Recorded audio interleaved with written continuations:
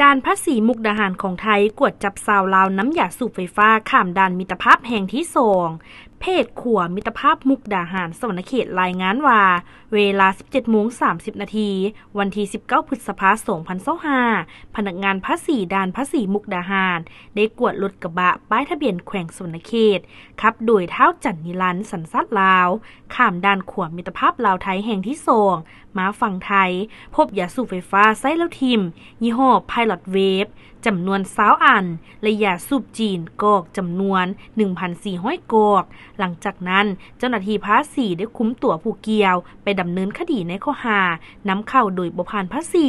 ซึ่งมีความผิดเพราะกระทรวงการค้าของไทยกำหนดให้บาลากูและบาลากูไฟฟ้าหรือยาสูบไฟฟ้าเป็นสินค้าต้องห้ามนำเข้าราชอาณาจักรไทยพร้อมทั้งยึดของกลางไว้